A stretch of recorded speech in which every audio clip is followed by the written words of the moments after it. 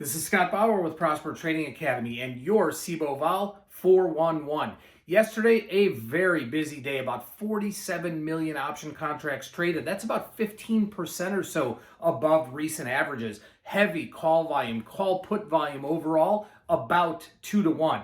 In the SPY, about 4.5 million contracts traded, and that was about a 1-to-1 call put ratio. That is down from last Friday's 7 million, almost 7 million contracts that we saw trade. In the SPX, 1.3 million contracts trade, about 2-to-1 put call. That's down also from last Friday's 2.3 million contracts. In the VIX, we saw 300,000 options traded and about an 8-to-5 call to put ratio. On the equity side, AMD, what a day AMD had, and that was the volume leader. Almost 2 million contracts traded total and about 77% on the call side. Tesla, 1.4 million, but that was pretty split. That was almost 50-50 call and put. And then in Ford, I don't know when I've ever mentioned Ford before, 1.2 million contracts traded, 77% on the call side.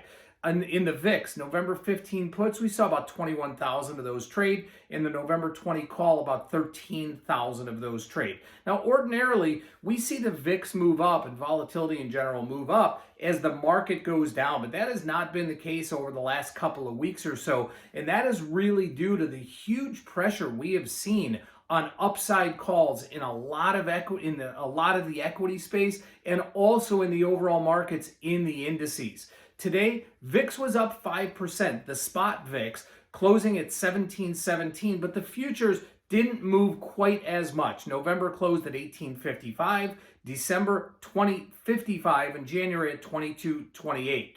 VVIX, vol of the VIX, up off its lows that we've seen the last couple of weeks, and now nearing its 200-day moving average, right at resistance of about 113. This is Scott Bauer with Prosper Trading Academy and your SIBO Vol 411.